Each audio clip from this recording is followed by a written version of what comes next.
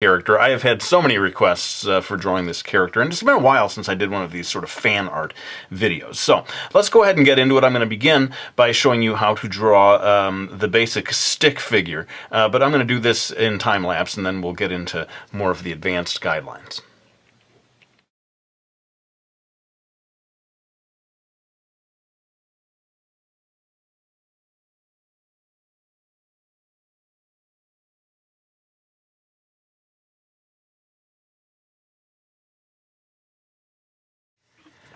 Alright, so you've got a sort of a basic stick figure here in place, and you don't have to worry too much, I would say, about lines like this. They will eventually be erased anyway, but you want to try to get the angle of this arm, you know, if you're trying to copy this pose that I'm doing in this video. Notice how large the head is in proportion to, say, the length of the arms, or even just the length of the torso. This is a slightly exaggerated cartoony character, so you don't want to hold yourself too much to you know, the restrictions of true human anatomy. Now, sadly, I think I gotta get down a few more basic guidelines in time-lapse before we can slow it down and start going real-time as we get into more of the details.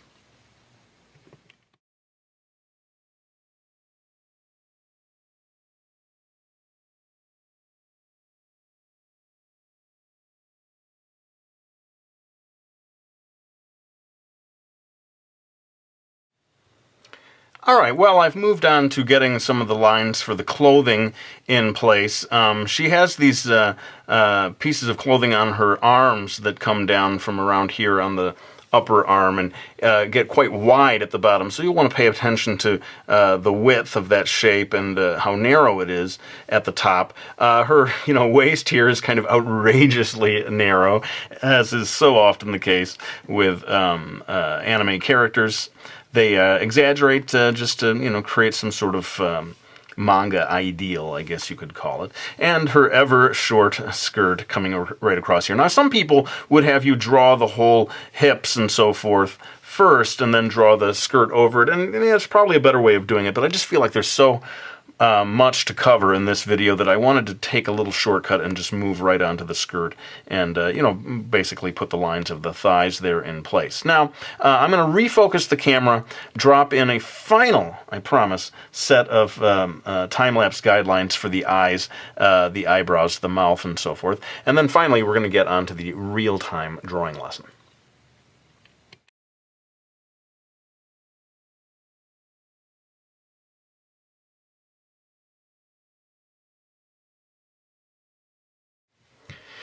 Okay, so enough of the time-lapse there. My viewers have taken away the keys to my time-lapse machine, and they want me to just knock it off with the time-lapse already. So I'm going to go on to the more of the details of drawing this character, and let's just sort of get the eyes going here. Now, I noticed that different people will draw Hatsune Miku with different levels of exaggeratedly large eyes.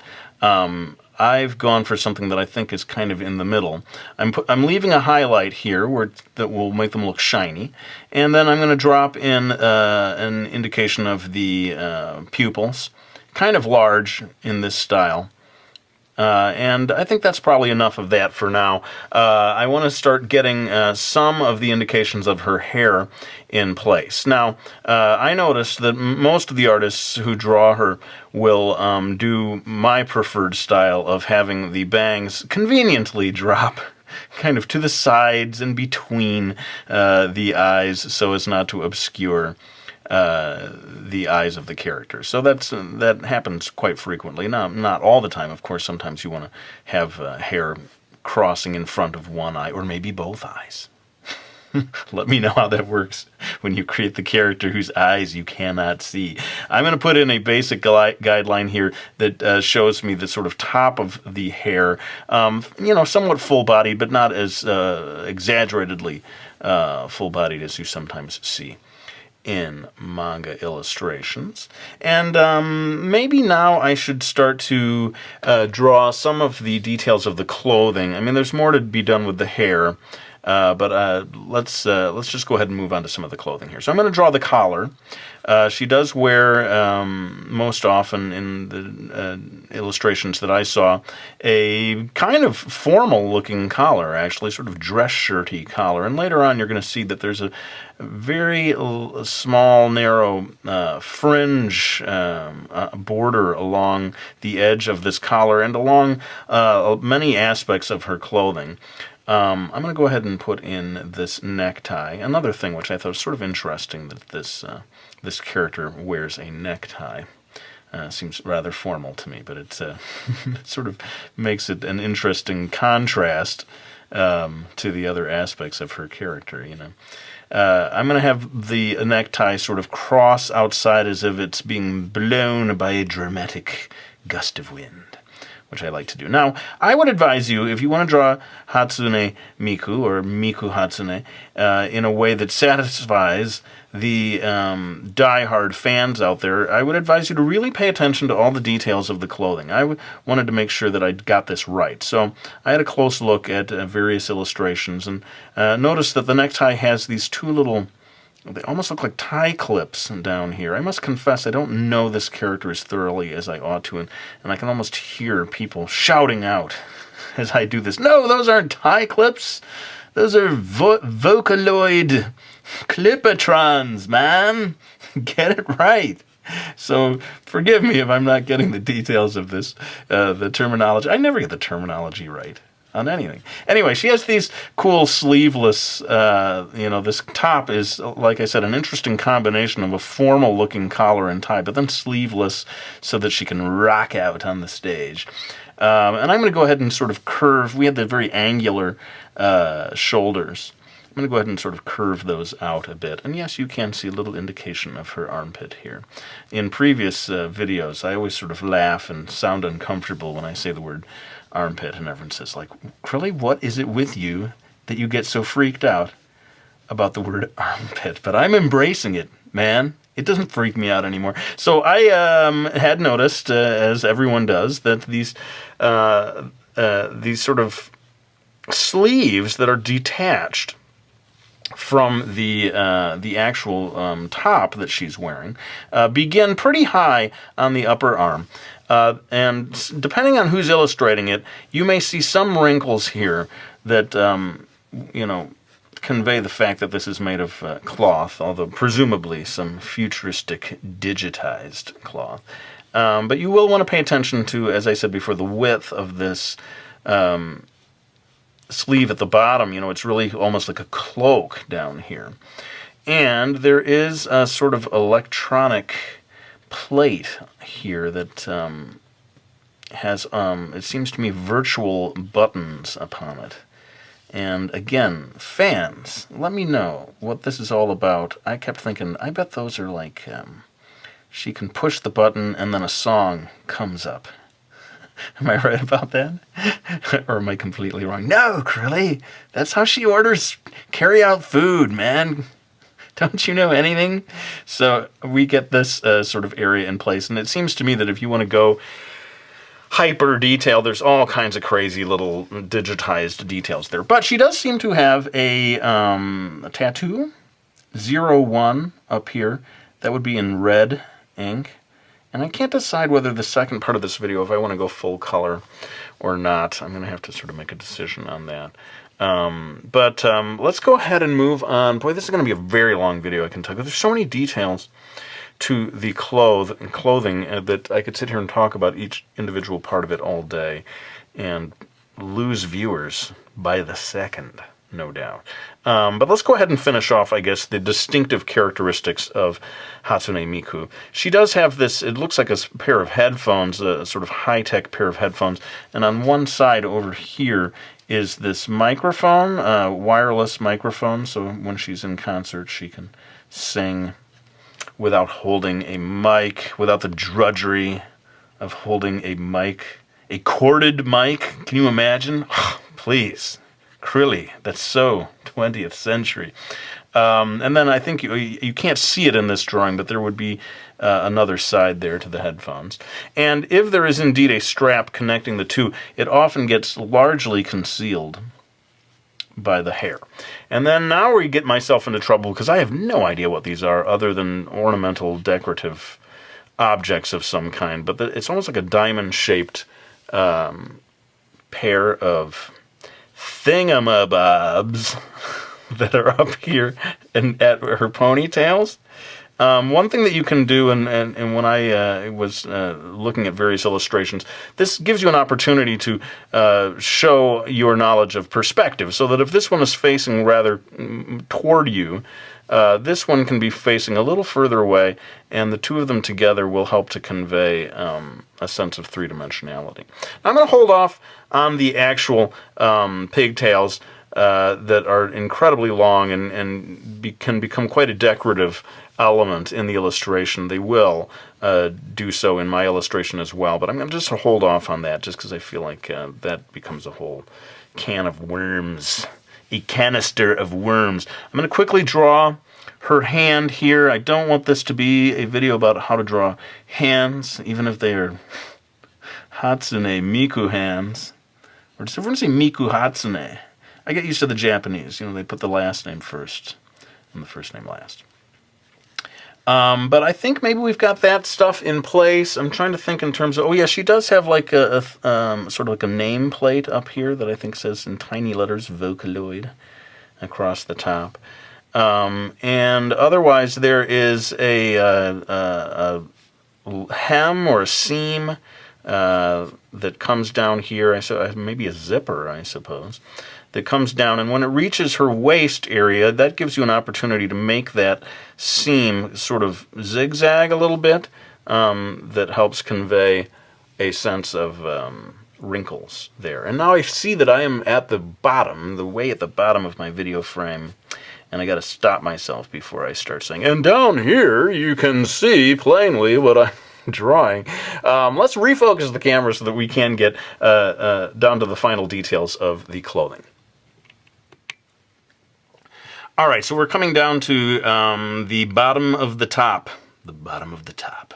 Oh, and I forgot to draw the upper part of the sleeve over here. I forgot. Come on, people. Can I be expected to remember everything? But we come down here, and we are going to have this split into two sort of triangular areas. There's so many little details to the clothing of Hatsune Miku, which I think is testament to the designers who really thought it through and clearly wanted to give her a very distinctive look. I was the same way when I was designing Talia for Brody's Ghost. I wanted this sort of one-of-a-kind design that people could, almost get into the details of it. In any case, we got that in place, and then there is a strap down here. Again, I will have to rely on the superior knowledge of my viewers to tell me, what is this strap for? What is it for? Is it a guitar strap? Does it give her powers? Does she use it to strangle her foes? But it comes across down here, hooks, I think, underneath to something at her waist, maybe. And I'm going to erase this guideline here. And there is eventually a pattern on here that is really just triangles. And this bottom part of the skirt is going to be divided into pleats, as so often these skirts are. So I'm just going to sort of dash in a series of lines here. Each sort of changing, fanning, as I like to say, out until it comes over here. Very often you want to pay attention to the fact that the lines will be more tightly packed at the edges, just because, of the perspective that you have there. And then, depending on how serious you want to get about it, some people will really get into the fact that, each one of these pleats creates a sort of triangular line or diagonal line that corresponds with the surface of that skirt. You don't have to get that hung up on it, and I think some people will even make this sort of more floppy and rounded looking down here, as if the fabric is not so. I mean, this almost looks like it's made of Teflon, corrugated steel. So I saw different, really, artists doing different things, sort of bringing their own style to, or their own interpretation to it. But of course she has to have these thigh-high what do you call these things? Somebody help me. I don't know. I'm a guy. I don't know. Stockings. They come right up to the base of the skirt, basically. You get just a little gap there. And for the people who are really into it, you can get a series of these slightly digital-looking... what are they? Who knows? Rectanguloids that come across here. In some illustrations, very hard to see what these are. Others, they're drawn more prominently. But anyway, there's a whole series of them down here along her thigh. And maybe that brings us to the end of the costume details. I'm going to pull back so that we can draw the hair. And boy, man, what a long video this is going to be just for getting the lines in place. But definitely, we're going to have to break this into 2 parts so as to have a separate video on the shading.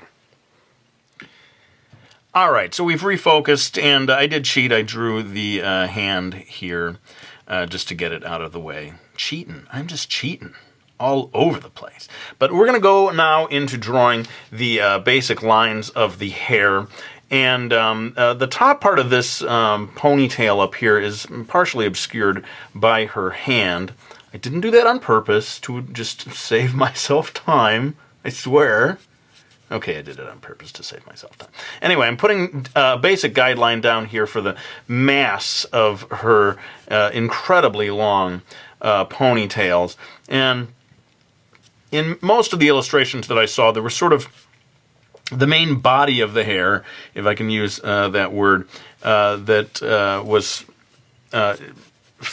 filling up quite a wide area from left to right, and then we would have additional lines flowing. But before I get to that, I'm going to go ahead and do the companion ponytail over here on this side. And this may look exaggerated, but I swear pretty much everyone I saw, her ponytails are amazingly long. And that's just part of the defining characteristics of this highly original character. So you want to try to make sure that they seem similar in width. You don't have to get too hung up about that. But what I wanted to do is add a few lines in like so to add a bit of detail, give a bit of form to these 2 ponytails. Up here at the top, if you want to get into it, you can have them curve a little to show that they're hooking into her head. That sounds kind of graphic. They're hooking into her head, man. But I'm just adding extra lines here, and you will notice that I'm dashing these in quite quickly. I've said this before in other videos, that when you're drawing hair, it can be helpful to lay those lines in quite quickly rather than moving your pencil very slowly across the page. Now, so we've got these basic gigunga ponytails in place, and what I want to do is add just a few extra lines to sort of liven things up so that it's not just a single form there. And I thought I might even have more than one coming off here on this side. Maybe have one that comes down like so, and possibly even let's live wildly, people, and have one extra line come all the way across like that. I'm having to I have to relocate myself so as to take advantage of the pivot point of my wrist, and I'm not getting a comfortable position here so much. But that, for me, is just going to sort of help fill out the space of the illustration, make it a little more interesting. Well, I told you that my viewers had taken away the keys to my time-lapse machine, but little do they know I have a spare set of keys. Oh, yeah. And I'm going to kick it into time-lapse with my trusty black Prismacolor. Where is it? I can't even find it around here. I am going to locate that black Prismacolor, and I'm going to, in time-lapse, do the final line work and then come back with some final words.